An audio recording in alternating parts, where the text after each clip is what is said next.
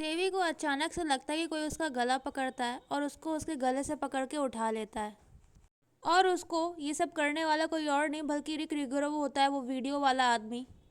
तेवी सोचता है ये मुझे ऐसा क्यों कर रहा है, मैं तो इसको जानता भी नहीं, मैंने इसका क्या बिगाड़ा है। तभी अचानक से उसकी नींद खुल जाती है। तेवी को एहसास होता है ये सब सिर्फ और सिर्फ एक भयानक सा सपना था और कुछ नहीं। चांगन बोलता है क्या तुम सो रहे थे, तुम सो कैसे सकते हो किताब के साथ। तेवी बोलता है तुम मुझे ऐसे भयानक से आइलैंड में ले आओ जहाँ सपने भी भयानक आते हैं। चांगन बोलता है कुछ समय दो, तुम्हें 3-4 डेड बॉडीज भी दिख जाएंगी यहाँ पे। तेवी सोचता है इनको डेड बॉडीज बनाने वाला एक ही आदमी हो सकता है। आपको क्या लगता है अंकल, अगर मैं उससे भिड़ा तो क्या मेरे बचने का कोई चांस है। चांगन बोलता है बिल्कुल चांस नहीं है। तेवी बोलता है इतनी जल्दी आंसर दे दिया। चांगन बोलता है उससे भिड़ने के बाद कोई भी नहीं बच सकता, तुम एक्सेप्शन नहीं हो। तेवी बोलता है मेरे अंकल कैसे भी हों लेकिन वो झूठ तो नहीं बोलते। इसका मतलब है मुझे जॉइंट एक्सरसाइज में पार्टिसिपेशन नहीं करना चाहिए और मैं करूँगा क्योंकि मेरी ज़िंदगी इंपॉर्टेंट है। चांगन बोलता है तुम बुक को अपने साथ ले जाओ क्योंकि जब तक एक्सरसाइज चलेगी मेंबर्स और इंस्ट्रक्टर्स मिल नहीं सकते। तो तेवी रोते हुए बोलता है कि अगर मैं मर जाऊँ तो इस किताब को मेरे साथ जला देना। चांगन बोलता है तुम चिंता मत करो, मैं इतना तो जानता हूँ कि तुम मरोगे नहीं। तेवी बोलता है थैंक्स, और एक बात बताइए अंकल की जेवी वेपन्स कब से बना रहा है। चांगन बोलता तुमको ये बात किसने बताई। तेवी बोलता है मुझे इले ने ये बात बताई। चांगन बोलता तुम चिंता मत करो ना, जीवी ने तब तक ही वेपन्स बनाया जब तक वो अनहर्ड्रो में काम करा था और अब उसने बंद कर दिया है। तेवी बोलता चलो ठीक है मैं ये बुक लेके जा रहा हूँ। तो चांगन बोलता है ये बुक काफ़ी रेयर है तो इसको संभाल के रखना। तेवी बोलता है ओके। जब वो रूम से बाहर आता है तो वो देखता है कि बाहर का माहौल काफ़ी गंभीर हो चुका है। तो वो बोलता है क्या तुमने सब कुछ पैक कर लिया, क्योंकि जब वो लोग आ जाएंगे हम कुछ कर नहीं पाएंगे। तेवी बोला मैंने हाँ सब कर लिया और जो बचेगा वो रूम से वापस ले लूँगा। तो वो बोलता नहीं, वो रूम बाद में यूरोपियन ब्रांच वालों का हो जाएगा। तेवी बोलता है अगर यूरोपियन ब्रांच वाले आ रहे हैं तो यानी वो भी आ रहा होगा। तो वो बोलता है कौन। तेवी बोलता है रिक। सब लोग शांत हो जाते हैं। तो वो बोलता है हो सकता है कोई लास्ट मिनट चेंजेस आ जाए, वो राक्षस यहाँ पे ना आए, नहीं तो यहाँ पे तबाही मच जाएगी। अगर मेरा बस चलता तो मैं भी उस राक्षस को मार डालता, लेकिन मुझ में इतनी हिम्मत नहीं है ना ही इतनी ताकत। और वो लड़ाई के परे भी काफ़ी गलत काम करता है। तेवी बोलता है जैसे कि क्या। जैसे अगर उसे कोई सुंदर लड़का दिखा तो वो उसको उसकी मर्जी के बिना ले लेता है, चाहे वो चाहे या ना चाहे। लेकिन तुम चिंता मत करो तेवी, तुम सुंदर नहीं हो। तो तेवी बोलता है सुंदर लड़के यानी शिनलू, शिनलू खतरे में है। वो तो से बोलता है यानी शिनलू खतरे में है। तो बोलता है ऐसे तुम कह रहे हो तो सच बात है, लेकिन तुम चिंता मत करो, शिनलू एडमिनिस्ट्रेटिव स्टाफ है, इंस्ट्रक्टर उसकी रक्षा करेंगे, लेकिन तुम्हारी रक्षा करने वाला कोई नहीं है और इंस्ट्रक्टर भी तुमको बचा नहीं पाएंगे। और फिर कुछ समय बाद तेवी जब बीच की तरफ जाता है वो याद कर रहा होता है कि इस बीच में शिनलू और उसको साथ आना था। अगर वो एम्बैरेसिंग मोमेंट ना हुआ हो तो शायद वो होता। तभी सामने से शिनलू आ रहा होता है। तेवी बोलता है तुम यहाँ पे वॉक करने आए हो क्या। शिनलू बोलता है हाँ, और तुम। तेवी बोलता है हाँ मैं कुछ समय से यहाँ पे हूँ। शिनलू बोलता है वैसे तुम्हें पता है ना मेंबर्स और इंस्ट्रक्टर्स मिल नहीं सकते ट्रेनिंग के दौरान, तुम्हारा वहाँ जाना सही नहीं होगा। तेवी बोलता है हाँ मैं जानता हूँ। शिनलू बोलता चलो ठीक है फिर मैं पहले अंदर जा रहा हूँ। तेवी बोलता है ठीक है, लेकिन वो फुसफुसा के सॉरी बोलता है क्योंकि उसको शर्मिंदगी है अपने हरकत पे। शिनलू मुड़ता है अचानक से, बोलता है वैसे मैं पहले भी एक आदमी के साथ सो चुका हूँ। ये सुन के तेवी हक्का बक्का रह जाता है और वो सोचता है क्या मैंने सही सुना, क्या शिनलू सच में एक आदमी के साथ था कभी। वो पूछता है क्या तुमको अच्छा लगा था। तो वो बोलता है नहीं नहीं मैं ऐसे नहीं बोलना चाहता था, क्या है वो बैड एक्सपीरियंस था तुम्हारे लिए, क्या तुमने एंजॉय किया। शिनलू बोलता है ओह वो बुरा तो नहीं था, लेकिन उसके बाद से मुझे औरतें नहीं पसंद।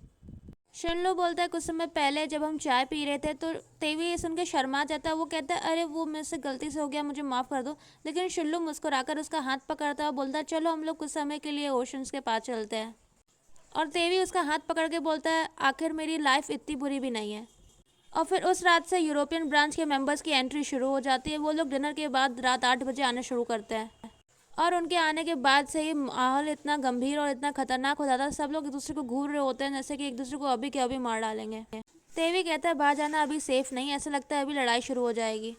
उसका रूम पार्टनर मॉर बोलता है बाहर का टेंशन यहाँ तक महसूस हो रहा है।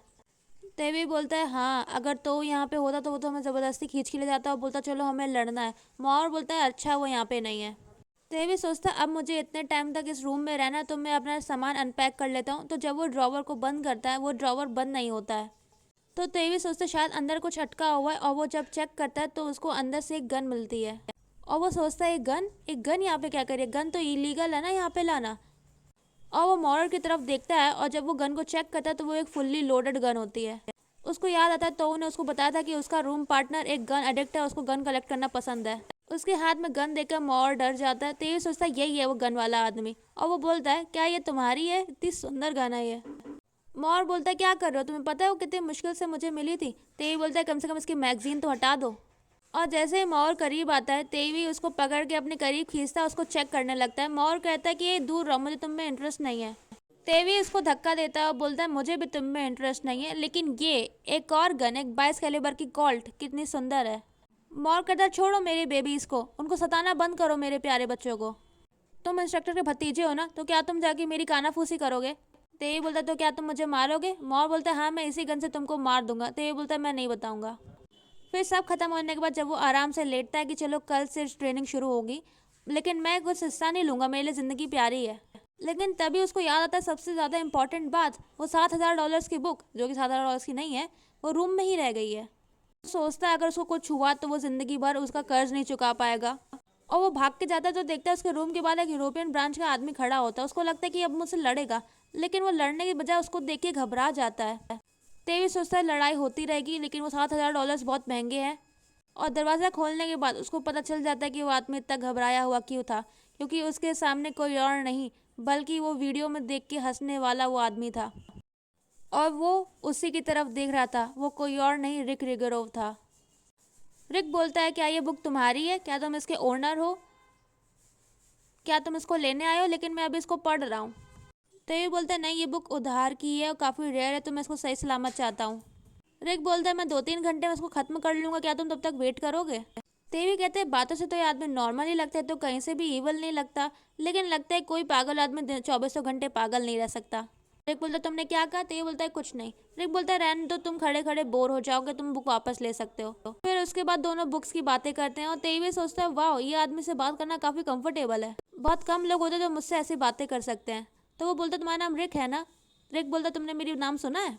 तेवी बोलता है हाँ, मैंने कुछ अफवाहें सुनी है। रिक बोलता है आजकल अफवाह को काफ़ी हवा दिया जाता है, ज़्यादातर सच नहीं होती। तो ये बोलता है हाँ, अफवाहें बढ़ा चढ़ाकर तो बोली जाती है, लेकिन मैंने एक वीडियो भी देखा था। और फिर बाहर से अचानक से आवाज़ आने लगती है। यूरोपियन ब्रांच और एशियन ब्रांच के आदमी आपस में लड़ने लगते हैं। तो तेवी को एहसास होता है वैसे देखा जाए तो ये आदमी मेरा दुश्मन है।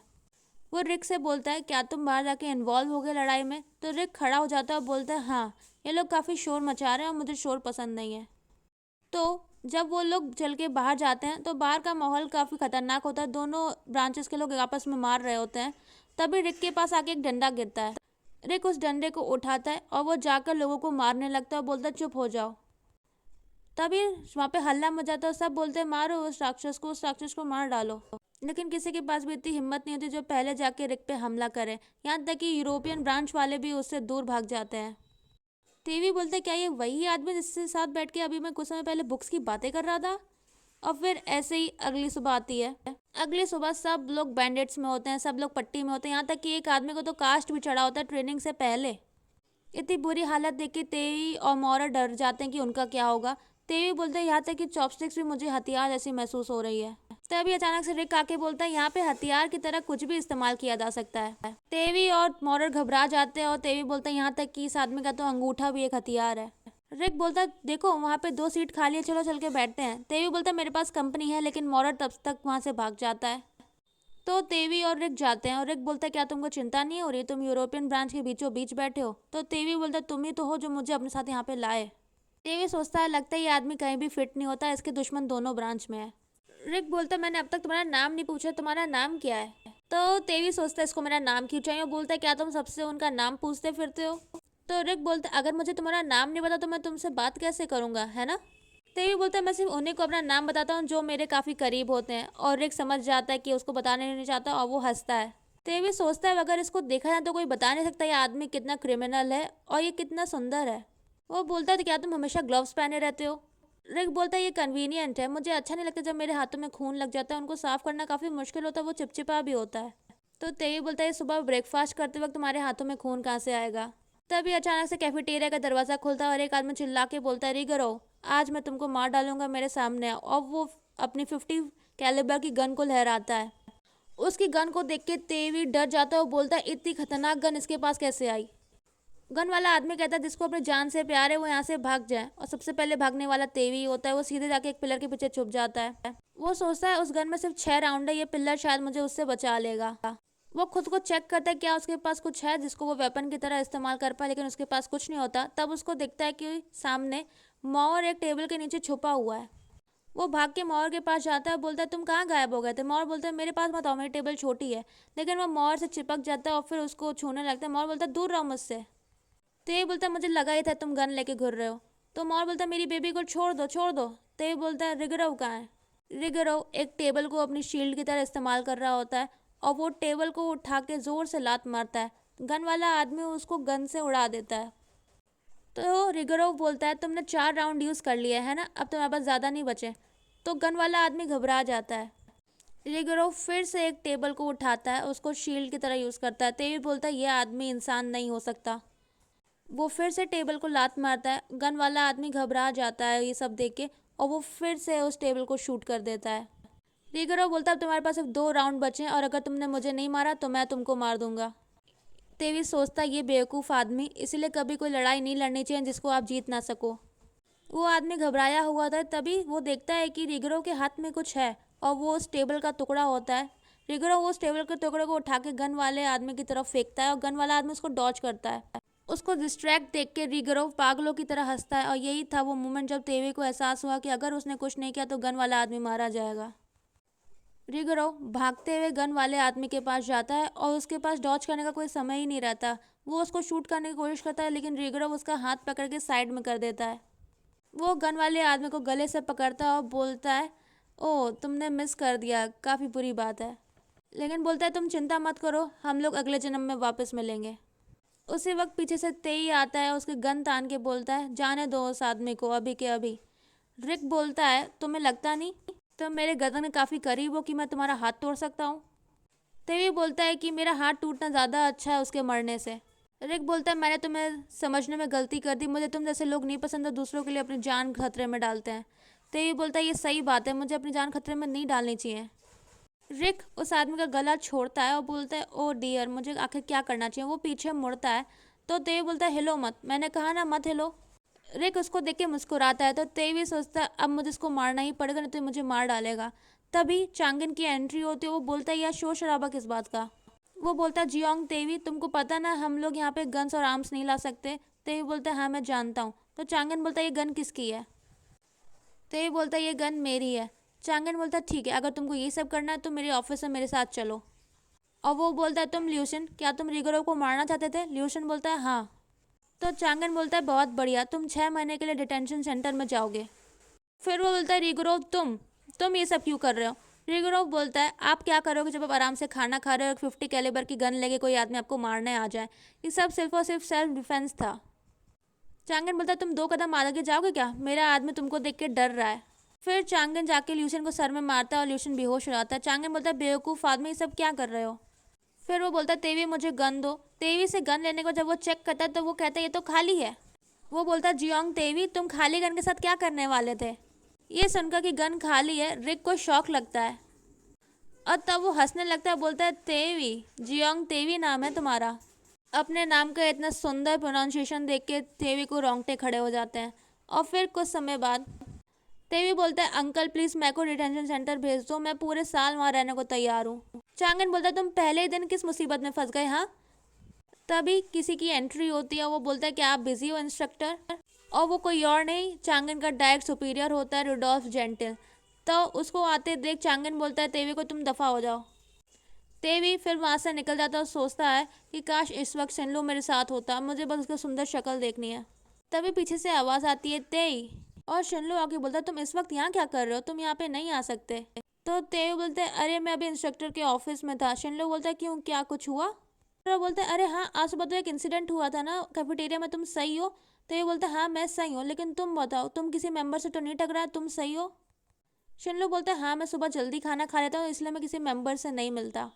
तो ये बोलता है यहाँ पे ऐसे बहुत से लोग हैं जिससे तुमसे दूर रहना चाहिए, ठीक है अपना ख्याल रखना। उसकी चिंता देख के शिनलू हंसता है और बोलता है मेरी चिंता करने के लिए शुक्रिया, लेकिन मैं अपना ख्याल रखूंगा, तुम्हें चिंता करने की ज़रूरत नहीं है।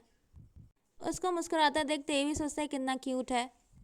शिनलू तेवी का हाथ पकड़ लेता है तो तेवी हंसता है और शिनलू हंस रहा होता है, लेकिन पीछे से चांगन झांकता है और वो अपने आंखों से तेवी को बोलता है कि तुम अब तक यहाँ पे क्या कर रहे हो। शिनलो बोलता है चलो हम किसी दिन ओशन में साथ जाएंगे, ठीक है। और वो लोग वहाँ से बाय करके निकल जाता है। चांगन उनको देखता है और बोलता है तो तुम तब से यहाँ पे कर क्या रहे थे, लेकिन अगर तुम्हें किसी की चिंता है तो तुमको खुद की चिंता होनी चाहिए, क्योंकि रिगरो तुम्हारे पीछे पड़ा है। तेवी सोचता है वो शिंडो से डेट जाने से पहले तो मरना नहीं चाहता कम से कम। चांगन बोलता तुम देखना कि तुम्हारी डेट के वक्त मौसम खराब ना हो। तेवी बोलता है हम लोग रेनकोट पहन के चले जाएंगे। चांगन बोलता तुम चिंता मत करो, अगर तुम्हें कुछ हुआ तो उस किताब को मैं तुम्हारे साथ जला दूंगा। तेवी बोलता है थैंक यू। जब तेवी अपने अंकल के ऑफिस से वापस आता है तो उसको लगता है कि अब वो खाना नहीं खा पाएगा, लेकिन जब वो कैफेटेरिया पहुंचता तो उसके दोस्त उसको बुलाते हैं हीरो करके कि वाह तुमने तो आज कमाल कर दिया। तेवी अपने अगल बगल देखते है, हे चिल्लाओ मत, क्या पता रिक यहाँ पे हो। तभी मॉरर उसके पास आता और बोलता तुमने मेरी बेबी के साथ क्या किया, तुमने उसको इंस्ट्रक्टर को क्यों सौंप दिया। तो उसके दोस्त बोलते हैं अच्छा वो गन मॉरर की थी। तेवी बोलता है कोई बात नहीं, मैं तुम्हें 1 साल का सब्सक्रिप्शन दिलवा दूंगा पजल्स वाला। ये सुनकर मॉरर का दिमाग फट जाता है। वो बोलता है तुम मुझे पजल्स का सब्सक्रिप्शन दिलाओगे। तेवी बोलता है आई एम सॉरी। लेकिन अगले दिन से उनका स्पारिंग मैच शुरू हो जाता है। वो लोग कोई भी रूल्स यूज़ कर सकते थे, बस अपने अपोनेंट को हराना होता है। वहाँ पे सब लोग एक्साइटेड है सिवाय तेवी के एक दूसरे को बेरहमी से मारने के लिए, और वो लोग एक दूसरे को बेरहमी से मारते भी हैं। ये सब देख के तेवी घबरा जाता है। वो बोलता है कि ये लोग कैसे जाहिल लोग हैं। लेकिन बीच बीच में इंस्ट्रक्टर और उनके असिस्टेंट आके उनको टिप्स भी देते थे लड़ने का। तो कुल मिला के ये एक बहुत ही गंभीर ट्रेनिंग सेशन था। बाद में जब तेवी की चांस आती है तो तेवी को लड़ना नहीं होता, लेकिन तब तऊ आके बोलता है अगर तुम्हें लड़ना नहीं है, तुम हार मारने की एक्टिंग करना है, तुम पे दया खा लेंगे। तो तेवी अपने अपोनेंट को देख के कहता है कि लगता तो नहीं है मुझ पर दया खाएगा। वो सोचता है लेकिन मुझे लड़ना तो पड़ेगा, मैं ज़्यादा से ज़्यादा सहन करने की कोशिश करूँगा और फिर लास्ट में टैप आउट कर दूंगा। उसका अपोनेंट ज़रा सा भी चिंता में नहीं दिखता, यहाँ तक कि वो काम दिखता है। और फिर जब मैच शुरू होता है तो वो सीधे तेवी पे मारना शुरू कर देता है। तेवी को बहुत दर्द होता है। वो कहता है ये तो रुक ही नहीं रहा है। लास्ट में वो नौटंकी करता है हार मारने की और वो नीचे गिर जाता है। और तभी इंस्ट्रक्टर मैच बीच में रोक देता है। तेवी सोचता है वाओ मैं जिंदा बच गया। और फिर इसी तरह से दिन भर वो लोग स्पारिंग मैच करते रहते हैं, ऐसे दिन की ख़त्म हो जाता है। मैच के बाद तेवी रूम से जाने लगता है तो उसके दोस्त पूछते तुम कहाँ जा रहे हो। तेवी बोलता है बस मैं अपना पनिशमेंट पूरा करने जा रहा हूँ जो मैंने इलीगल गन रखने पर पाया था। उसके दोस्त बोलते तुमको छोड़ा नहीं गया। तेवी बोलता है क्या छोड़ा गया, मुझे 10 कॉपी लिखनी है रूल बुक की। उसके दोस्त बोलते हैं हम मदद करें क्या। तेवी बोलता है अगर तुमने मदद की तो तुमको भी 10 कॉपी लिखनी पड़ेगी और मुझे 10 कॉपी और लिखनी पड़ेगी। तो उसके दोस्त उसको गुड लक कह के बाय कर देते हैं। फिर 2 घंटे लिखने के बाद तेवी सोचता है इससे अच्छा तो था कि मैं उस आदमी को मरने देता, वो आखिर मेरा दोस्त भी तो नहीं था। वो लिखता रहता है लिखता रहता है। तभी अचानक से रिक पीछे से बोलता है तुम काफ़ी मेहनत का काम कर रहे हो और तुम्हारी हैंडराइटिंग को देख के लगता है कि तुम्हें अभी 9 कॉपियाँ और लिखनी है। रिक की आवाज़ सुन के तेवी का दिल धक धक करने लगता है और वो सोचता है अगर इसको मुझे मारना है तो ये अभी ही मार दे तो अच्छा होगा। रिक उसके बगल में आके बैठता है और बोलता है यहाँ की बुकें बहुत बेकार हैं, इससे अच्छी बुकें तो तुम्हारे रूम में है। तेवी सोचता है ये मेरे बगल में इतनी शांति से क्यों बैठा है, क्या ये भूल गया मैंने आज ही सुबह इसके ऊपर गन तानी थी। रिक बोलता है क्या तुमको मेरी मदद चाहिए। तेवी बोलता है ये मेरी मदद क्यों करना चाहता है। रिक बोलता है वैसे तुम्हें इतनी कठिन सज़ा नहीं मिली फायर आर्म रखने के लिए क्योंकि तुम इंस्ट्रक्टर के भतीजे हो इसलिए।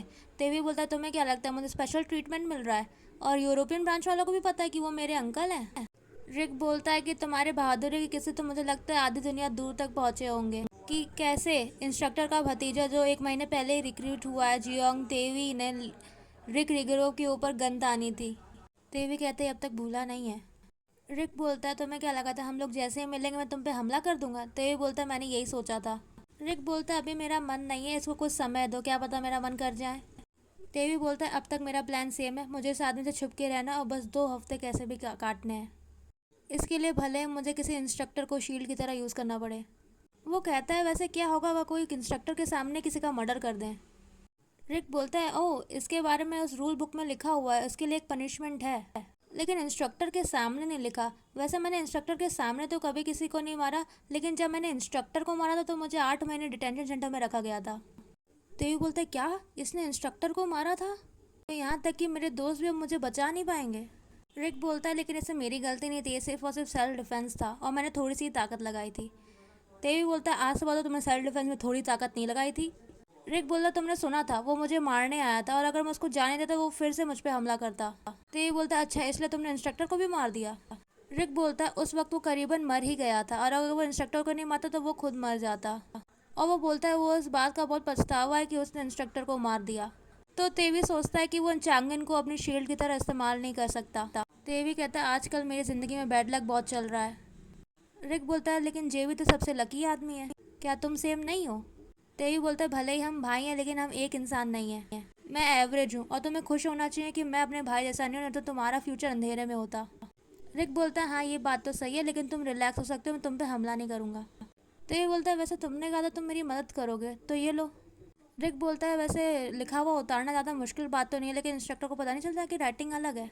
तो ये बोला तुम उसकी चिंता मत करो, बस उतार दो।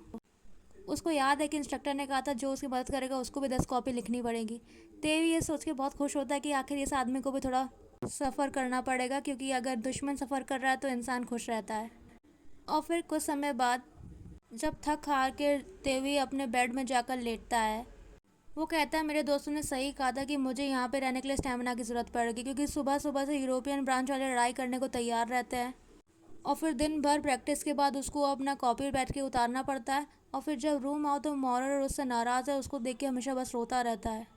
वो कहता है ठीक है मैं दिला दूंगा इसको एक गन, एक क्या मैं इसको 100 गन दिला दूंगा। तभी मॉरर उसके पास आता है और बोलता है हे तुम्हें मैसेज आया है। तेवी सोचता है उसको मैसेज भेजने वाला तो बस एक ही आदमी है और वो है शिनलू। वो कहता है मुझे मैसेज आया किसने भेजा है, शिनलू ने भेजा है क्या? और वो बोलता है चलो मुझसे बात कर लेता हूँ। शिनलू ने उसको मैसेज भेजा होता है चलो हम लोग इस वीकेंड में मिलने वाले हैं, गुड लक।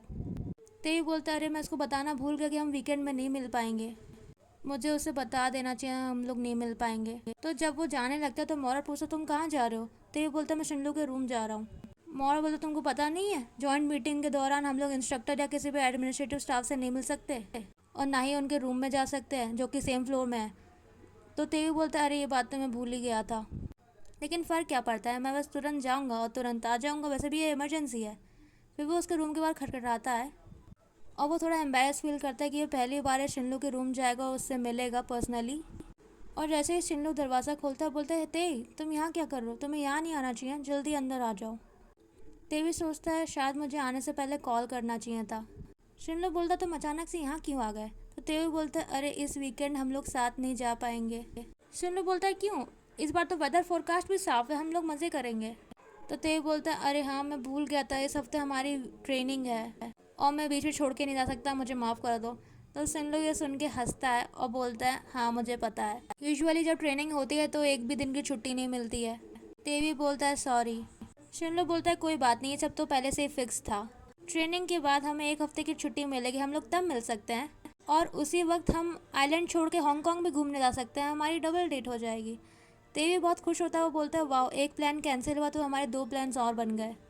लेकिन शिनलू फिर भी मुस्कुराकर उसके पास आता है, बोलता है मैं फिर भी थोड़ा सा डिसअपॉइंट हूँ, मैं तुम्हारे साथ टाइम बिताने को आगे देख रहा था। और वो अपना हाथ धीरे धीरे तेवी के पास लाता है।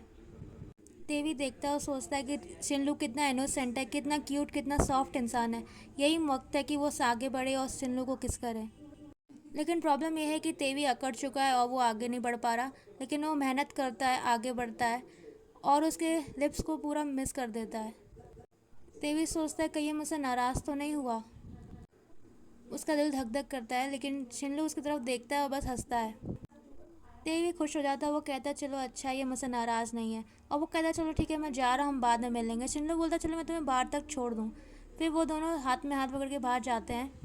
तेवी बहुत खुश होता है कि आखिरकार वो हाथ पकड़ के एक साथ चल सकते हैं, लेकिन तभी अचानक से कोई सामने आता है और वो कोई और नहीं रिगरो होता है।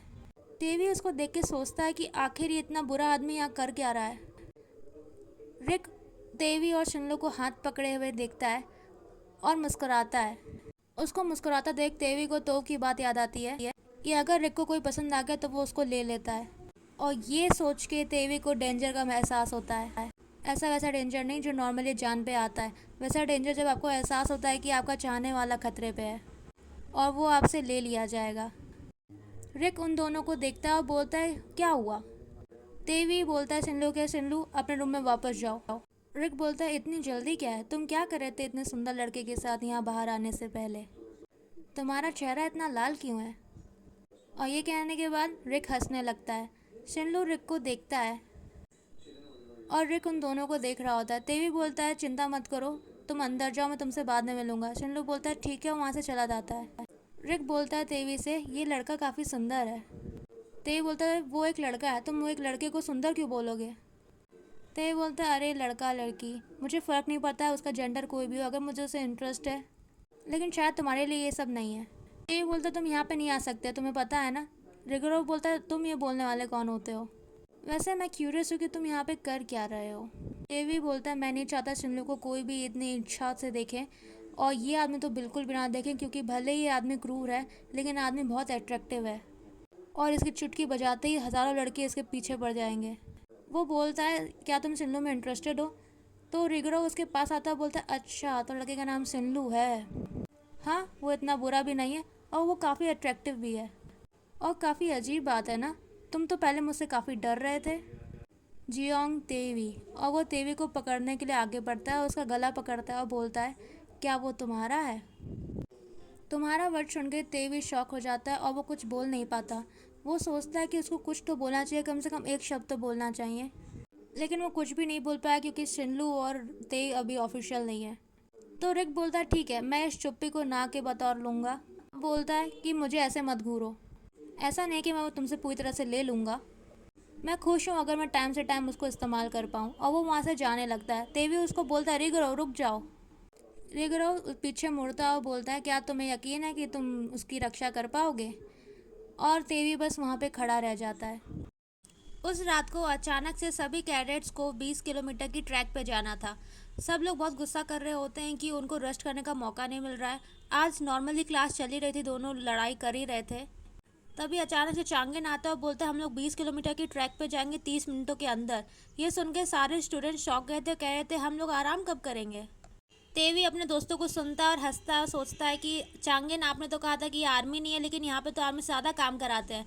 तो चांगेन अचानक से सामने आता है और बोलता है तुम लोगों के अंदर ताकत नहीं है क्या? इंस्ट्रक्टर को अपने सामने देख सारे स्टूडेंट शौक जाते हैं। तेवी बोलता है अंकल आप यहाँ क्या कर रहे हो? तो चांगेन बोलता है तुम्हें क्या लगा मैं अपने रूम में बैठा रहूँगा? तो तेवी बोलता है अंकल लौटते वक्त हमें आधी रात नहीं हो जाएगी? तो चांगेन बोलता है हम नहीं लौटेंगे, हम लोग रात में जंगलों में ही कैंपिंग करेंगे, और तुम्हें अपने दोस्तों पर भरोसा होना चाहिए और तुम लोग आराम से सो सकते हो। हाँ लेकिन तुम्हें चिंता करने की थोड़ी ज़रूरत है। तो तेवी सोचता है यहाँ पे जहरीले सांप है और ऐसे लोग जो मुझे जान से मारना चाहते हैं। चांगेन बोलता है तुम्हारी कॉपी में किसी और की हैंड राइटिंग भी थी, किसकी थी? तो तेवी सोचता है अरे ये तो रिगरो की राइटिंग थी ना। वो सोचता है मुझे बता देना चाहिए। तो चांगेन बोलता है वैसे तेवी तुम्हें नहीं लगता कि तुम्हारी ये हरकतें तुम्हें और ज़्यादा मुश्किल में डालेंगी, तुम्हारी जान को और ज़्यादा खतरा होगा? तेवी ये सुन के डर जाता है। तो चांगेन बोलता है सोच समझ के मुझे जवाब देना। फिर सारे लड़के आपस में बात करने लगते हैं कि कैसे रिगोरोव ने इंस्ट्रक्टर को मार दिया था, क्या ये सच है? तो एक आदमी बोलता है हाँ, क्योंकि रिगोरोव ने ट्रेनिंग के दौरान इंस्ट्रक्टर के भाई को कोमा में भेज दिया, तो इंस्ट्रक्टर ने बदला लेने के लिए उसमें हमला किया था, लेकिन वो खुद मारा गया। तेवी सोचता तो ये कारण था, इसीलिए यूरोपियन ब्रांच के लोग भी रिगोरोव से डरते हैं और उससे दूरी बना के रखते हैं। वो सोचता है कि रिगोरोव के ऐसे हरकतों के पीछे कोई बैक स्टोरी ज़रूर होगी। तभी चांगन बोलता है लो हमें दूसरा ग्रुप मिल गया। ट्रैक जाने से पहले उनको बस एक रूल बताया गया था, अगर उन्हें रास्ते में कोई दूसरा ग्रुप मिला तो वो दोनों ग्रुप साथ मिलकर कैंपिंग करेंगे। तो सब सोच रहे थे काश वो रिक का ग्रुप ना हो, लेकिन तो वो बोलता है ये उसी का ग्रुप है। तेवी सोचता है वाह ये आदमी एक झुंड के अंदर भी सबसे ऊंचा दिखता है। वो सोचता है कि कहीं ये मुझे देख के मुझ पर आक्रमण ना करे, तो मुझे उससे दूर रहना चाहिए। तो वो धीरे धीरे करके उससे दूर होता चला जाता है और वो सोचता है कि अब वो मुझे नहीं दिख रहा, तो यानी मैं सेफ हूँ।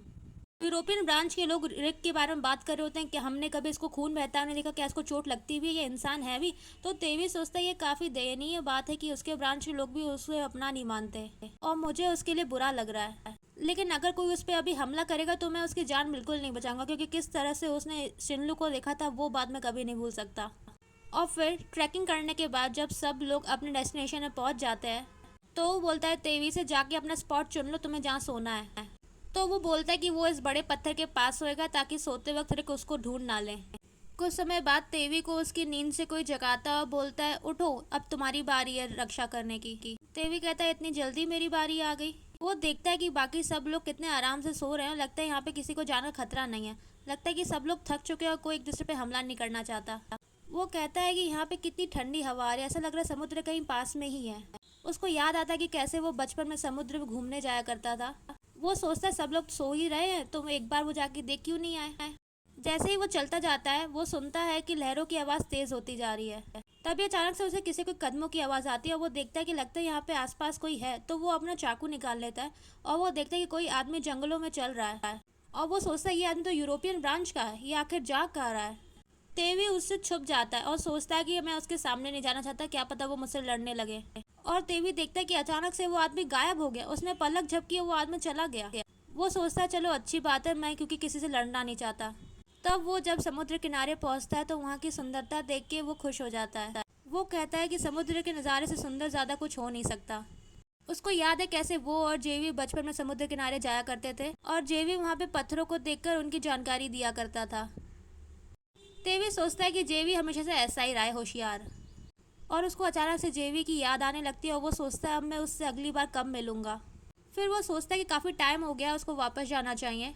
अगर वो इस वक्त वापस जाए तो अपनी शिफ्ट पूरी होने से पहले पहुंच सकता है। तो वो सोचता है कि शॉर्टकट क्यों ना लें। अगर वो यहाँ से चढ़ के जाए तो उसको छोटा पड़ेगा। और जब वो चढ़ने की शुरुआत करता है वो सोचता है वाह, बचपन की यादें ताज़ा हो गई। वो चढ़ ही रहा होता है कि अचानक से उसको कुछ सुनाई देता है। वो सोचता है ये आवाज़ें कैसी है, ये कहाँ से आ रही है, लगता है ये ऊपर से आ रही है। वो सोचता है ये तो लड़ाई की आवाज़ नहीं है, ये किसी और चीज़ की आवाज़ है। वो सोचता है आखिर ये कोई होटल तो है नहीं, तो लोग यहाँ पे कर क्या रहे हैं। वो सोचता है कि अगर वो वहाँ से छुप के निकले तो वो यहाँ से जा सकता है। वो धीरे धीरे वहाँ से निकलने लगता है और सोचता है कि प्लीज़ मैं पकड़ा ना जाऊँ। वो वहाँ पे पत्थर के पास हाथ रखता है तो सोचता है कि आखिर है कौन ये सब जो यहाँ पे कर रहा है। और वो देखता है, वो कहता है कि भगवान ये लोग लाइट भी खोले हैं। और सोचता है कि लगता है ये आदमी काफ़ी एंजॉय कर रहा है इस मोमेंट को, आखिर ये ग्लव्स क्यों पहने हैं। और फिर वो देखता है ये इंसान कोई और नहीं बल्कि रिगरो है और उसका चेहरा अंधेरे में ढके हुए है, लेकिन फिर भी उसकी खूबसूरती कम नहीं हो रही। वो सोचता है मेरी किस्मत कितनी बेकार है, मैं जहाँ भी जाऊँ ये आदमी वहाँ आ जाता है। वो सोचता है कि आखिर वो इधर से निकले कैसे बिना नज़र आए। तो अचानक से रिगरो उस आदमी को थप्पड़ मारता है और बोलता है कि तुम अच्छे से नहीं कर रहे हो, तुम्हें पूरे मुंह का यूज़ करना है, अच्छी से मेहनत करो। तेवी कहता है कि मैं इतने ऊपर आ गया हूँ, मेरी सांसें नहीं आ रही, लेकिन ये हवा की वजह से नहीं है, ये इस आदमी की वजह से है। ये इंसान असली मर्द है। वो कहता है अगर मैं ज़रा सा भी नज़दीक किया तो मुझे लग रहा है मेरी ज़िंदगी को खतरा होगा और ये एहसास मुझे डरा रहा है। तभी अचानक से रिक तेवी की तरफ देखता है और मुस्कुराने लगता है। ये देख के तेवी के रोंगटे खड़े हो जाते हैं। वो कहता है मैं पकड़ा गया। वो कहता है कि ये आदमी कभी थकता क्यों नहीं, हम 20 किलोमीटर चल के आ रहे हैं, ये आदमी दानव है। कहता है कि अगर इस आदमी के पास पहले ही एक पार्टनर है तो ये शिनलू को छोड़ क्यों नहीं देता, जानवर कहीं का। वो कहता है आजकल मेरा लक इतना बेकार होता जा रहा है, मेरे को तो खुशी है कि मैं अब तक जिंदा हूँ। अभी वो देखता है और कहता है ये आदमी क्या कर रहा है, ये उन लोग को झाँक क्यों रहा है। और वो देखता है ये देखा हुआ लग रहा है। तब उसको याद आता है अरे ये तो वही आदमी जो जंगल में फिर रहा था। और उस आदमी के हाथों में क्रॉस बो क्यों है, क्या ये रिक को शूट करने वाला है।